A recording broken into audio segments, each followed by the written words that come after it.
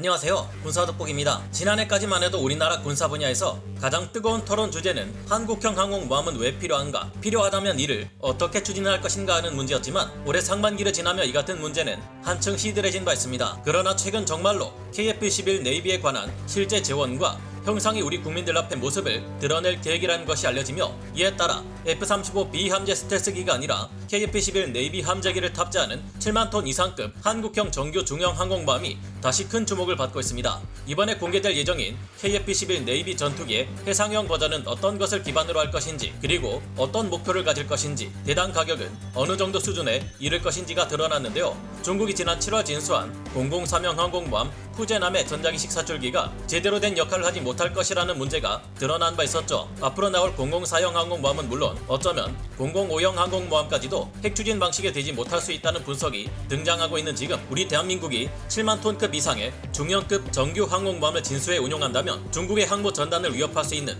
아주 위협적인 전력이 될 것으로 전망됩니다. 중국의 항공모함들을 압도하고도 남을 한국형 중형 정규 항모는 얼마나 강력한 전력 투사 수단이 될 것인지 이전보다 훨씬 구체화된 최신 정보를 토대로 알아보겠습니다. 전문가는 아니지만 해당 분야의 정보를 조사 정리했습니다. 본의 아니게 틀린 부분이 있을 수 있다는 점 양해해 주시면 감사하겠습니다. 지난 9월 19일 우리나라의 김승겸 합동참모의장은 우리나라 항모에서 운용하게 될 함재기의 국내 개발이 한국항공우주산업 카이의 KF-11 전투기를 염두에 둔 것으로 진행되고 있으며, 그에 따라 이제는 경항모가 아닌 새로운 중형 항모 개발을 검토할 필요가 있다고 발표했습니다. 그리고 약속한 듯 9월 21일부터 국내의 방산 전시회 DX코리아 2022에서 KF-11의 항공모함 함재기 버전인 KF-11 네이비가 처음으로 대중 앞에 모습을 보이게 됩니다. 이처럼 KF-11 네이비의 모형을 일반 대중에 공개한다는 것은 그동안 카이가 KF-11 네이비 함재기에 대한 설계 연구를 상당 부분 진척시켜 왔음을 뜻하는 동시에 이를 위한 자체 개발에 욕심과 의지를 가지고 있다는 것으로 분석되고 있는데요.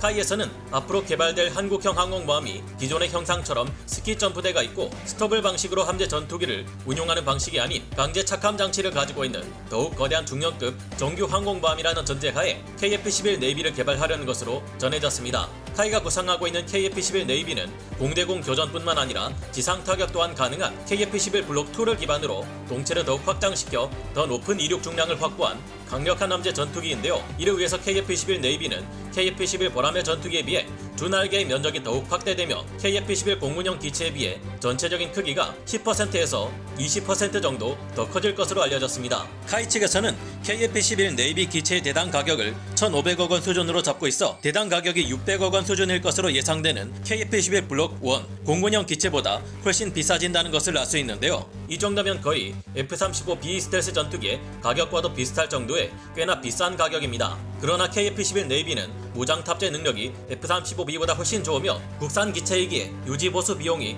훨씬 저렴하고 자유로운 데다 작전 반경 또한 더욱 넓다는 강력한 장점을 가지고 있다고 하는데요. KF-11 네이비는 항공모함에서 스키 점프대를 이용해 이함하고 착함은 강제 착함 장치와 후크를 이용한다는 정보를 볼 때 한국형 중형 항공모함은 중국의 랴오닝 항공모함이나 산둥 항공모함, 영국의 퀸 엘리자베스급 항공모함과 같은 스토바 방식의 항공모함이 될 것으로 예상됩니다. 김 의장은 우리의 주변국들이 항공모함을 너도 나도 개발해 배치하고 있는 상태에서 한국형 항공모함의 전력화 시기가 계속해서 늦춰지는 것에 대해 우려를 나타냈는데요. 그의 말대로 투지 기착륙이 가능한 F-35B를 함재 전투기로 선정하지 않고 투지 기착륙이 불가능한 KF-21 네이비 전투기를 함재 전투기로 선정하게 된다면 이를 운용하는 항공모함의 형식 또한 바뀌어야 합니다. 기존의 계획이었던 스토블 방식의 경항모는 F-35B 함재 전투기를 항공모함의 활주로 갑판에서 이함시키고 착함시킬 때는 투지 기착륙 방식으로 착함시키는 방식인데요. 하지만 활주로를 통해 이함해야 하는 KF-21 네이비를 착함시키려면 항모의 갑판에 강제 착함 장치를 설치해야 하고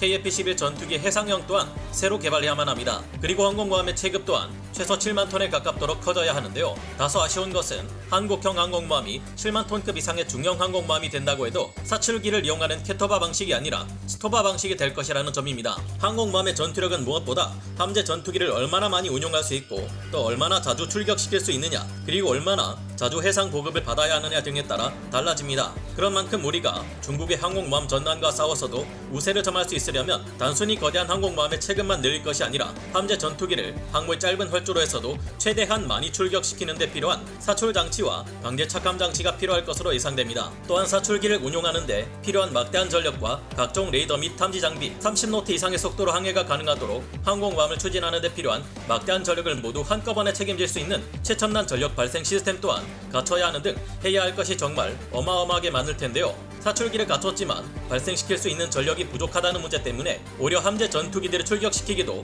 어려울 것으로 판단되는 003형 항모 푸젠함 꼴이 나지 않으려면 이런 조치를 반드시 충실히 갖출 필요가 있습니다. 하지만 우리 대한민국이 영국의 엘리자베스급 항공모함과 비슷한 규모의 항공모함을 건조 및 운용하고 사출기를 통해 KF-21 네이비 전투기와 해상형 조기경보 통제기까지 운용 가능한 강력한 항공모함을 갖출 수 있다면 충분히 중국의 산둥 항공모함, 야오닝 항공모함, 003형 항공모함 등을 압도할 수 있을 것으로 전망되는데요. 중국은 지금도 야오닝 항공모함과 산둥 항공모함을 운용하고 있지만 이 두 척의 스토바 방식 항공모함은 사출 장치가 없는 항공모함이라 사출 장치를 갖춘 항공모함에 비하면 함재 전투기들을 출격시킬 수 있는 횟수도 제한되고 함재 전투기의 무장은 물론 전투기에 탑재하는 연료까지 제한됩니다. 산둥 항공모함과 야오닝 항공모함은 이제까지 수없이 많은 훈련 진행 장면을 공개했지만 그 중에서 실제로 제-25 함재 전투기들이 이함할 때 대부분 고작 2발의 가벼운 공대공 미사일만을 탑재한 채 날아오르는 장면이 대부분이고 아직까지 그 이상의 무장을 장착한 채 항공모함에서 이함하는 전투기들은 눈을 씻고 찾아봐도 찾아보기 어려운 상태입니다. 하지만 우리 한국 해군의 항공모함이 사출 장치와 이를 원활히 운용할 수 있는 기반을 갖추고 있는 데다 최근마저 7만 톤 이상에 이르는 강력한 정규 중형 항공모함이라면 중국의 항공모함은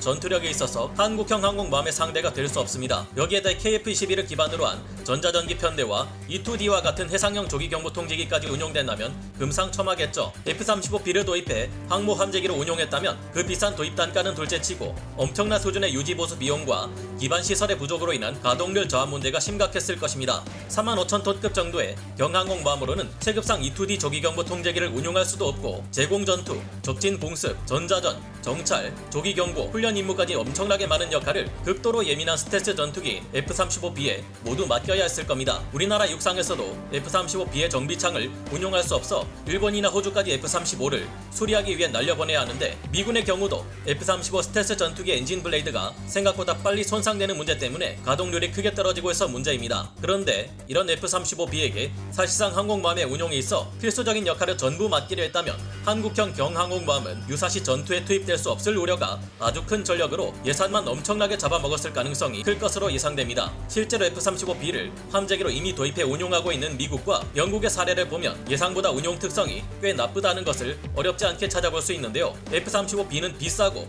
유지 보수도 어려우며 작전 반경이 짧아 활동이 제한되고 무장량도 부족해 전투에서 불리한데 유일한 장점이었던 수직 이착륙 특성마저 좋지 않은 것으로 드러나 총체적 난국인 상황입니다. 하지만 KF-21 전투기의 개발이 블록2까지 문제없이 진행되고 이를 토대로 재설계한 4.5세대 해상형 전투기인 KF-21 네이비를 함재 전투기로 운용한다면 항공모함의 운용이 있어 훨씬 유연하게 대처할 수 있을 것으로 예상됩니다. 다만 지상에서 운용하는 것을 목표로 개발된 KF-21을 해상형으로 운용하기 위해서는 랜딩 기어나 기골 보강 등의 개량이 반드시 필요합니다. 그리고 지상형 전투기를 해상형으로 재설계하는 데 있어서도 KF-21을 개발해왔던 것만큼이나 만만치 않은 개량 과정이 남아있을 것으로 보이는데요. 사실상 KF-21 네이비를 운용하는 스토바 방식의 7만 톤급 중형 항공모함을 운용할 수 있으려면 항공모함의 개발과 함재기 양쪽 모두에서 만만치 않은 난관을 모두 극복하고 우수한 함재 전투기와 중형 항공모함을 설계해야 합니다. 그런 만큼 7만 톤급 정규 항공모함과 KF-21 네이비라고 해도 이에 대해 많은 찬반 여론이 갈리는 편인데요. 그런 만큼 KF-21 네이비가 정말로 한국형 항공모함의 함재 전투기로 채택되어 개발되고 7만 톤급 이상의 중형 항공모함 또한 정말로 함께 개발된다면 그 과정에서 겪게 될 수많은 난관을 잘 극복하고 부디 중국과 북한의 위협으로부터 우리나라를 지켜낼 수 있는 강한 전투력을 가진 항공모함으로 태어나주기를 바라봅니다. 오늘 군사 돋보기 여기서 마치고요. 다음 시간에 다시 돌아오겠습니다. 감사합니다. 영상을 재밌게 보셨다면 구독, 좋아요,